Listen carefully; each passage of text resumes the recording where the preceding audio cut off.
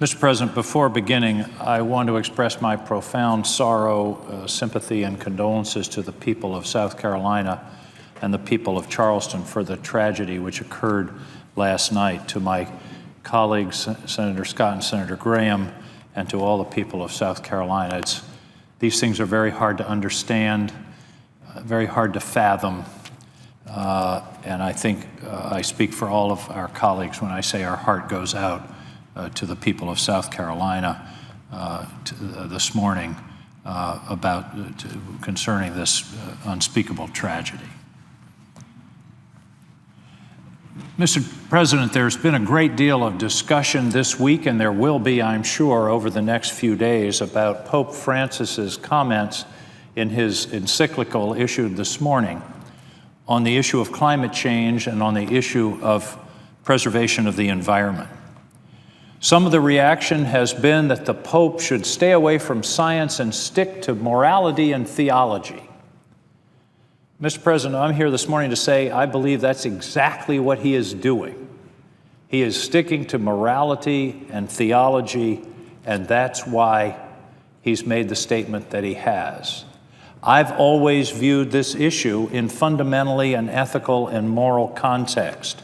There's been lots of talk here, lots of discussion, lots of debate in committees and on this floor about the science, which I think is irrefutable. The science of climate change, the science of the increasing load of CO2 in the atmosphere, the most we've ever had in some 3 million years. The impact that it will have, the practical impact. I've talked about the impact on the lobster population in Maine, on the shellfish, on our forests, on moose in New Hampshire, on water-edged cities and communities all over this country.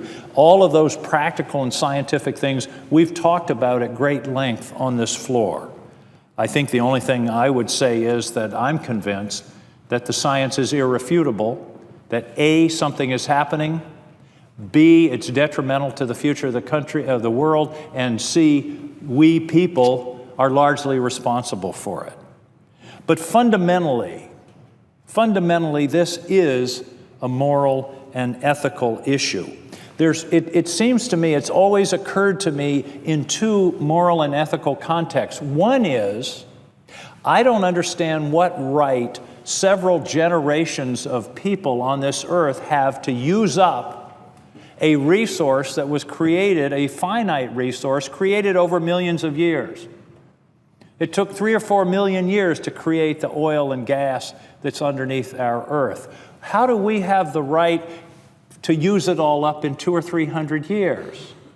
It assumes that we're the only people who will ever occupy this planet. And indeed, I don't believe that's the case. Obviously, it's not the case. There are generations who come after us. 6, 7, 8, 10 generations of people who will come after us.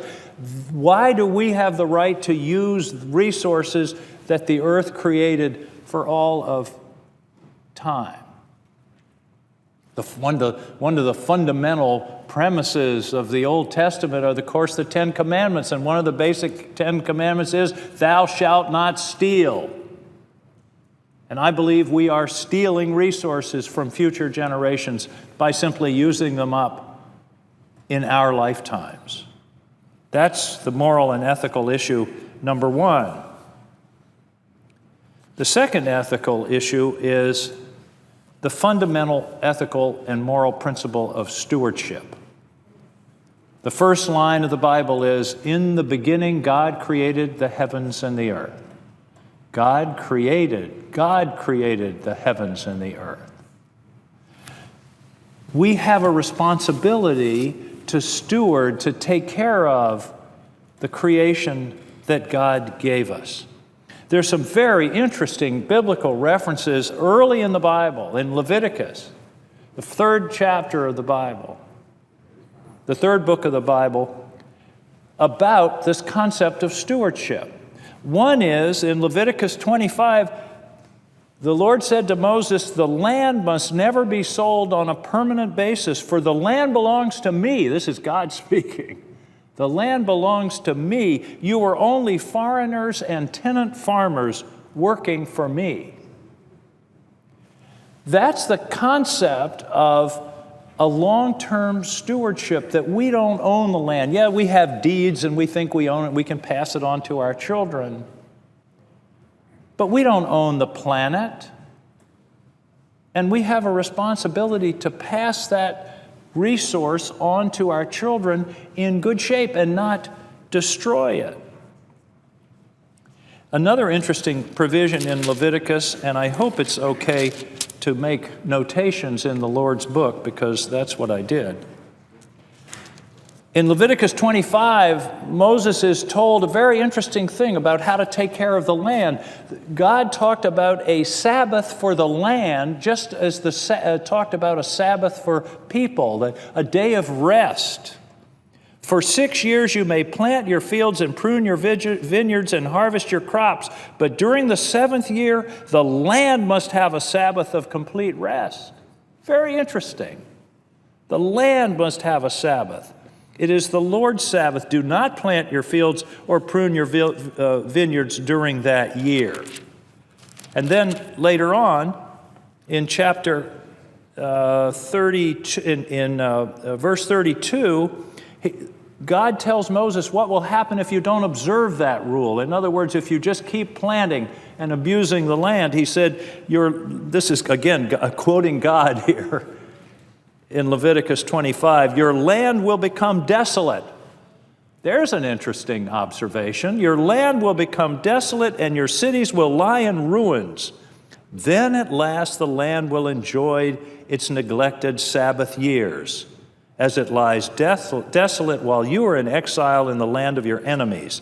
The land will finally rest and enjoy the Sabbath it missed. The concept is we have an obligation to the land, to the earth that's been given to us.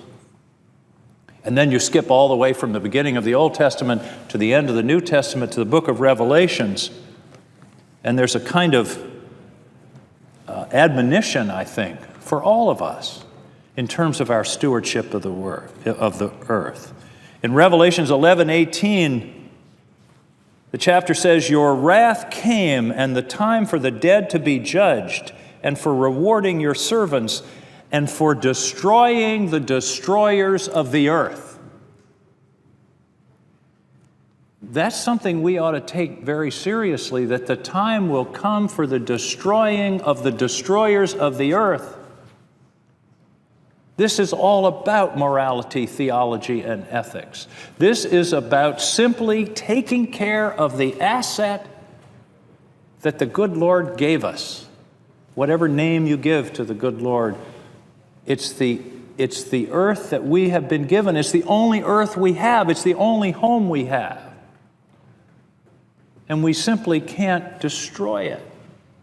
And yes, in Genesis it says man is given dominion over the waters of the earth and the animals, but that doesn't mean we are entitled to destroy it. It means we have to steward it. We have to conserve it. And that's really what this discussion is all about. This is about ethics. This is about morality. It is about theology, as I've demonstrated. Now I want to go from the good book to another way to state this. In Maine, we have what's called the Maine rototiller rule. It's all you need to know about environmental stewardship. If you borrow your neighbor's rototiller to clean up your garden in the spring, the principle is you always return it in as good shape as you got it with a full tank of gas. That's environmental stewardship. We don't own this planet, we have it on loan. Therefore, we have a responsibility to pass it on to our children and grandchildren and countless generations ahead of us in as good a shape as we got it, and maybe with a full tank of gas. And that means that we just can't willy-nilly act like there are no consequences for our actions, that we can befoul the air and the land and the water for our convenience, for our aggrandizement, for our material comfort. We have to think about other people. And that's, of course, the fundamental principle of every religion in the world. Do unto others as you would have them do unto you. And I would submit, Mr. President, that others includes not only those of us here, or those of us in America, or those of us around the world, but those of us who haven't been born yet. We have an obligation to do unto others as we would have them do unto us. And so I welcome the Pope's words this week as a valuable voice in an important discussion. And I realize that we will have differences about how to solve this problem. We'll have differences about the exact dimensions of it. We'll have differences about what the resolution should be and the technology that we should use and how we should get there and transitions and all of those kinds of things. That's perfectly legitimate. But fundamentally, we have to think of this as a moral and ethical issue. As a moral and ethical issue. The obligations that we owe to other people in this country, to other people in the world who have no voice in the use of the resources that are being taken away from them, and particularly to the people that we don't yet know, who are going to follow us on this wonderful home that we have been given to steward, to preserve, to use, but to pass on in as good or better shape than we found it. Thank you, Mr. President. I yield the floor.